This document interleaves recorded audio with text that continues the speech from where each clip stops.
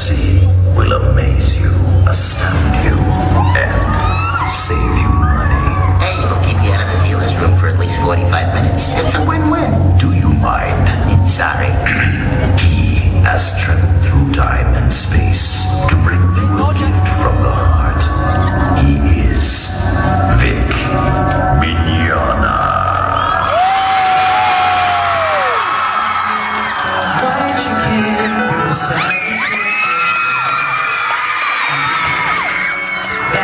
The veil spreading strong and true tonight.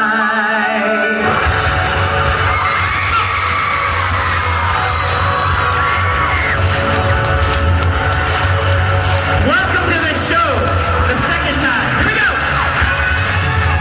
Born into the light at last by the cold exposing sun. I was rented freedom tape to become the chosen one. Through the mirror, I'm reflected, miraculous to see. My soul threw away the mask that hides the deeper me. Breaking the dark of night, the faded light. Cut it all away from yesterday till a new era's inside. Unlock the heart within, there's bread and soar, rising up in flight through the night and white and fly on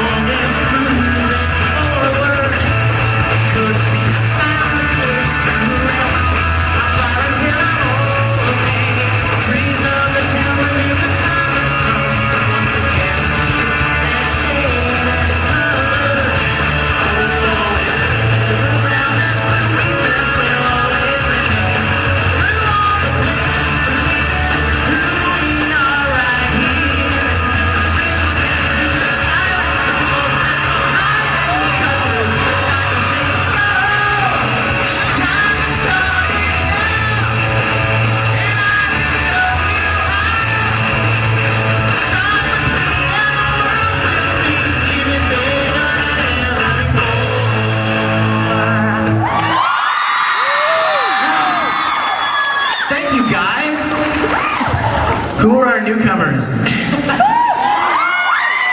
I would personally like to thank you because in case you didn't hear the news, we screwed up the first time. So thanks to you, we got to do it again. Thank you. Okay, I don't normally sit down like this. I feel like I should be going. Keep practicing, Victor. Yes, ma'am. I'm going to take you on a little trip today. I'm going to tell you, I know a lot of you guys play instruments and you sing, you love music. I'm one of you. And when I was about 17 years old, I'd been singing in church and all in school plays and stuff, but I'd never played any instrument. And when I was 17 years old, I was introduced to one of my favorite singers of all time. His name is... Okay, you know Barry Manilow, right? Yeah! I know some of you guys right now are looking at your girlfriend going, why the crap did you drag me into this? It's a Velveeta cheese fest up there. This guy's gonna sing stupid love songs all day and I'm gonna hate you forever. Dude, deal with it, all right? In fact, you know what? When we get to those love song portions of the show, put your arm right around that girl. And you lean over into her ear and pretend you're Dark Mousy and go. That's the way I feel about you.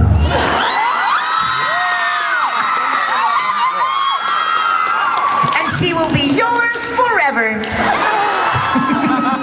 Okay, I'm sorry. Now back to our program. When I was 17, a friend of mine introduced me to Barry Manilow, and I just liked him. I don't know what it was about him. He's kind of funny looking, and he didn't have the greatest voice in the world, but there was something cool about, something special and simple about this guy that wrote songs on the piano, and he played them, and he sang them, and I liked him. And so I started listening to him, and then I found that a friend of mine named Jay at my school, he was a year younger than me in high school, he was 16, he liked Barry Manilow too, so we came up with the greatest idea. We're like, let's write a Barry Manilow song. So I didn't know how to play the piano. So he wrote the piano, he wrote the music part, and he gave me a cassette tape of him playing the piano, and then I would listen to it, and in my spare time I would work on the lyric, right? So one day, I'm passing by those little practice studios at your school. You know the little piano rooms? They're just little like closets with a piano in them so you practice and stuff. I went into one of them, and I went...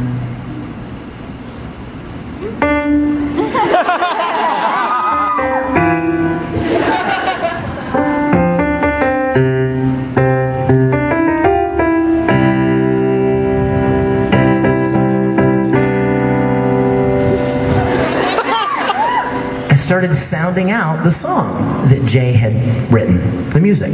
Before I knew it,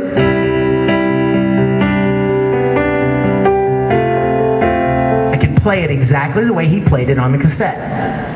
You want to hear it? Mm-hmm. For the guys in the room, the macho guys, I'm only going to do a few bars, okay? It goes like this.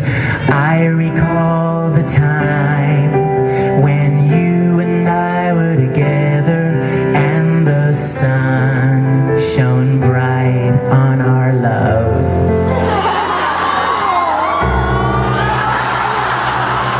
Okay, I know, sorry. Okay, we're done with that. But, so that was our first song.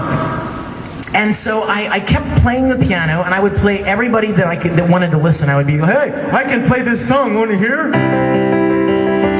And that was all I knew. Well, one day, I was getting ready to play the first chord, and I accidentally went like this. And I went, whoa. That's a cool sounding chord. Now, where would I go from there?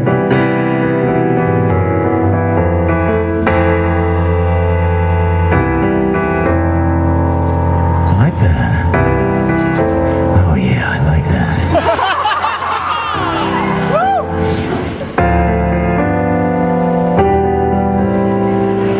And I made my own song up. And then I kept playing the piano and learning more about what I was actually playing. Like I would sit with my friends who were older and smarter than me in college, and they would stand over me, music majors, you know how they are.